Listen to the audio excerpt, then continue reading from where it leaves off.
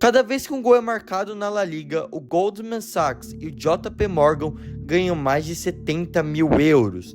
Isso, meu amigo, é apenas a ponta do iceberg. Com o futebol crescendo para um negócio global de bilhões de dólares, as pessoas que controlam dinheiro estão se tornando mais poderosas, estão começando a querer influenciar mais ainda o futebol mundial. O estádio do Real Madrid, a venda do Chelsea, a dívida do Barcelona e a Superliga Europeia. Tudo isso foi obra dos grandes bancos americanos, porque eles enxergam o futebol europeu como um mercado inexplorado e todos eles querem um pedaço para gerar ainda mais dinheiro.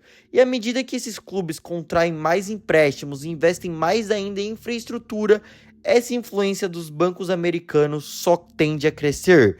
E eles já tentaram inclusive mudar a estrutura do futebol europeu uma vez com a Superliga, porém isso acabou falhando, e visto que a sua estratégia inicial não deu certo, agora eles estão investindo pesado seu dinheiro em clubes e ligas europeias. Bem-vindo ao Fute Diariamente. Eu vou pedir imensamente para você se inscrever no canal se você ainda não está inscrito, porque a gente está com a meta de chegar aos 10 mil inscritos até o final do ano, então se você ainda não se inscreveu, por favor se inscreva. Nesse vídeo eu vou te explicar como o JP Morgan e o Goldman Sachs, dois bancos americanos, estão assumindo o controle do futebol mundial e querem cada vez mais americanizar o futebol que a gente conhece. O que acontece é o seguinte: o dinheiro nem sempre teve uma influência tão grande no futebol igual nos dias de hoje, já que o primeiro vencedor da Bola de Ouro, para vocês terem uma noção, ganhava apenas 15 libras por semana, o que é um valor baixíssimo, inclusive para a época. Muitos jogadores de alto nível naquela época até tinham um segundo emprego. Quando Stuart Pearce se juntou ao Nottingham Forest em 1985, ele continuou trabalhando como eletricista para conseguir completar a sua renda. Ele até anunciou os seus serviços num programa de divulgação para conseguir ainda mais dinheiro. Historicamente, os clubes de futebol nunca tiveram muito dinheiro igual aos dias de hoje, mas tudo isso mudou no início dos anos 90. Um grupo crescente dos principais clubes da Inglaterra formou a Premier League. Isso deu aos clubes maior controle sobre os direitos de televisão e coletivamente eles concordaram em um acordo exclusivo com a Sky Sport no valor de 60 milhões de libras por ano, um aumento de quase 50% em relação ao acordo anterior. E aí, cara, as finanças do futebol mudaram para sempre, do dia para a noite. Os clubes de futebol têm três principais fontes de renda: as vendas de ingresso, os patrocinadores e as transmissões oficiais. A venda de ingresso é como os clubes tradicionalmente lucravam mais o seu dinheiro, mas a capacidade dos estádios limitou qualquer crescimento dessa renda. Já os acordos comerciais, que incluem patrocínio de camisas e parceiros oficiais, aumentaram drasticamente à medida que o futebol conseguiu atingir novos públicos. Já os acordos de TV, que eram historicamente pequenos, cresceram drasticamente à medida que a tecnologia foi melhorando. A audiência televisiva do futebol começou a crescer e rapidamente o futebol se popularizou no mundo todo, e o valor dos direitos de TV acompanhou essa tendência, não apenas na Inglaterra, mas em toda a Europa, e as receitas de TV se tornaram a maior fonte de rendimento de muitos clubes. As 5 principais ligas da Europa aumentaram suas receitas anuais em mais de 1000% em menos de 20 anos, um valor absurdo, mas jogar o mais alto nível também tem um custo elevado. Em 84, um jogador médio da primeira liga inglesa ganhava cerca de 25 mil libras por ano. Atualmente, a média é de 3 milhões de libras por ano. E atualmente, os clubes europeus pagam mais da metade de suas receitas como salário de jogadores de futebol. E o custo da compra de jogadores no mercado de transferências também aumentou drasticamente. Em pouco mais de 10 anos, os clubes triplicaram as suas despesas anuais com transferências. E os estudos afirmam que quanto mais um clube gasta, mais pontos eles ganham no campeonato e mais chances eles têm de ganhar campeonatos e competições. E essa é a nova realidade do futebol. O dinheiro é igual ao sucesso. Por isso, quanto mais acesso ao dinheiro, mais sucesso no futebol você pode ter. E aí é onde que entra o JP Morgan e o Goldman Sachs, porque afinal de contas, onde esses clubes podem arranjar dinheiro? Isso mesmo que você ouviu, de um oligarca rico, de um fundo estatal ou de bancos. E aí que o JP Morgan e o Goldman Sachs entram nessa história, porque eles simplesmente controlam quase 5 trilhões de dólares em ativos. Para vocês terem uma noção, com esse dinheiro, eles poderiam empilhar notas de $1 até a lua e eles ainda teriam 1/4 de bilhão. E os investimentos desses bancos vão desde bolinhas de tênis a mísseis de longo alcance. E nos últimos anos, as atenções deles viraram-se para o futebol. O novo estádio de bilhões de dólares do Real Madrid foi financiado pelo JP Morgan.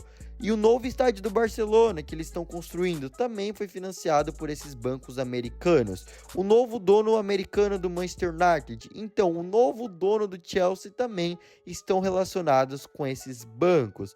Porém, por trás de tudo isso tem uma estratégia maligna e muito controversa, mas eu vou voltar nesse assunto mais pra frente no vídeo. Não se esquece de se inscrever no canal. Em 2021, a La Liga fez um acordo com a CVC Capital Partners e a JP Morgan, onde eles iriam receber 2 bilhões de euros. Em troca, esses bancos ficariam com 8% das futuras receitas de TV nos próximos 50 anos. Inclusive, eles têm um acordo semelhante com a Ligue 1, eles tentaram fazer a mesma coisa com a Bundesliga, porém os fãs alemães protestaram e o acordo acabou sendo cancelado. E esses acordos dão aos clubes acesso antecipado ao dinheiro que eles ganhariam no futuro, o que é perfeito para eles investir no sucesso ao curto prazo. Porém, os fãs de futebol estão insatisfeitos com essa situação, porque eles temem que os fatos desses capitais privados terem uma participação nos direitos comerciais tão grandes das ligas europeias vai diluir o poder dos clubes e dos seus membros de tomar as decisões. Por exemplo, será que no futuro a La Liga vai tomar a decisão em função do que é melhor para os fãs ou para esses bancos americanos? Aí fica a pergunta para vocês. O que acontece também é que esses bancos têm agora milhares de milhões investidos no futebol.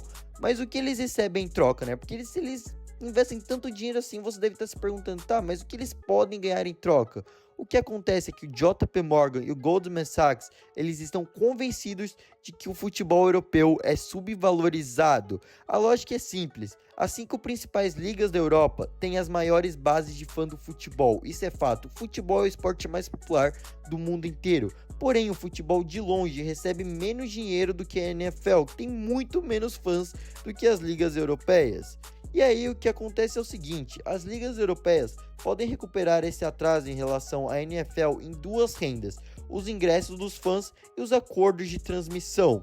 Os estadunidenses têm uma média de 70 mil espectadores na NFL, enquanto os jogos da Premier League têm uma média de 40 mil espectadores. Isso não é porque a NFL é mais popular, isso é simplesmente porque os estádios de futebol na Europa são muito pequenos comparado com os Estados Unidos. E a solução para isso? Simplesmente construir estádios melhores. Isso não significa apenas maiores. Os novos estádios de futebol têm que ser mais versáteis, já que isso permite que os clubes recebam mais eventos. Basta a gente ver o novo Santiago Bernabéu e cerca de 200 milhões de pessoas assistiram ao Super Bowl de 2024. 3 vezes mais pessoas assistem ao El Clássico, apenas o El Clássico, todos os anos. E você consegue adivinhar qual deles ganha mais dinheiro com a televisão? Os direitos televisivos no futebol europeu são considerados subvalorizados. Eles podem ter começado a estagnar a nível nacional, mas continuar a crescer a nível internacional. E é por isso que o JP Morgan queria uma parte das futuras receitas televisivas da La Liga. E também é por essa razão que eles construíram novos estádios. Todas as previsões apontam para cima, mas esse dinheiro dos bancos vem acompanhado de condições. O JP Morgan e o Goldman Sachs detêm atualmente um grande poder no futebol europeu. Sempre que um clube é posto à venda, é normalmente um desses 2 bancos que controla o processo. Isso significa que eles decidem quem convidar, com quem falar e quando falar. Embora prometerem manter-se imparciais, continuam a ter influência na decisão final.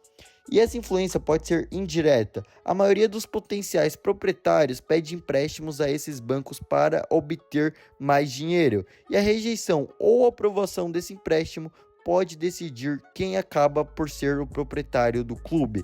A propriedade de um clube de futebol tem um poder adicional. Os proprietários dos clubes podem votar novas regras para sua liga, podem aprovar acordos de patrocínio ou contratos de transmissão, ou mesmo um acordo em que a liga vende futuros direitos de transmissão ao JP Morgan. Essa nova relação altera a dinâmica do futebol europeu. Os clubes e as ligas estão agora em dívida para com esses bancos. Os reembolsos aumentam a pressão para maximizar as receitas, e as decisões podem fazer o que é melhor para o banco antes de considerar o que os fãs ou os jogadores de futebol mesmo querem. O que acontece é que com esses bancos americanos como conselheiros, os clubes estão a recorrer aos princípios da gestão desportiva americana para se aproximarem cada vez mais da NFL e da NBA. Isso altera a forma como os clubes procuram patrocinadores, como jogadores que compram e até os contratos que eles dão aos jogadores. O Chelsea adotou recentemente um modelo de contratação de jovens jogadores, com contratos incrivelmente longos. Isso permite distribuir a taxa de transferência por vários anos, reduzindo os custos iniciais. E essa estratégia do Chelsea foi retirada diretamente da Major League de Beisebol dos Estados Unidos. E os críticos consideram que se trata de uma americanização do futebol, algo que faz com que muitos europeus e outros fãs de futebol se sintam desconfortáveis, mas essa influência vai para além dos contratos e dos acordos de transmissão. A gente não pode esquecer da Superliga Europeia, a primeira tentativa da JP Morgan de tentar mudar o futebol europeu. A Super League pretendia criar uma competição fechada para os maiores clubes da Europa, e essa teria duas grandes vantagens. Ela garantiria que todos os jogos seriam disputados por grandes nomes do futebol e também seria mais dinheiro de televisão. E mais que isso, ela eliminaria a maior ameaça de valor dos principais times de futebol, que seria o rebaixamento. Porém, os fãs de futebol tiveram uma reação muito negativa com essa ideia, e eles acabaram descartando. Porém, ela ainda continua viva e não foi 100% descartada. O JP Morgan, porém, ele não atuou sozinho nessa ideia. O Florentino Pérez, o João Laporta e o André Agnelli, eles queriam todos mudar o futebol europeu. Eles também acreditam que o futebol está subvalorizado. Eles acham que podem ganhar mais ainda com ele. E essa ideia não vai desaparecer tão facilmente apenas porque os fãs estão protestando, especialmente se houver mais investimento americano no futebol, e haverá sempre uma pressão para encontrar novas formas de maximizar esse investimento e fazer o retorno ser ainda maior. E à medida que o dinheiro se torna mais importante no futebol, as pessoas que o detêm também o fazem.